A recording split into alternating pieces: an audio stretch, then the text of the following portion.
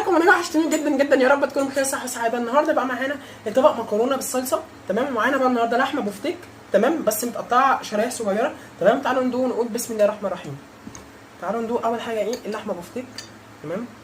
بسم الله الرحمن الرحيم مع المكرونه بالصلصه.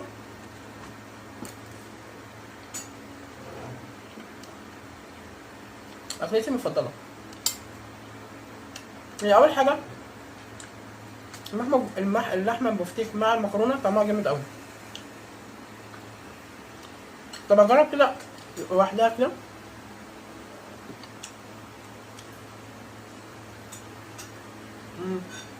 جميله برضه، بس انا بفضلها مع المكرونه، تدي طعم خرافي.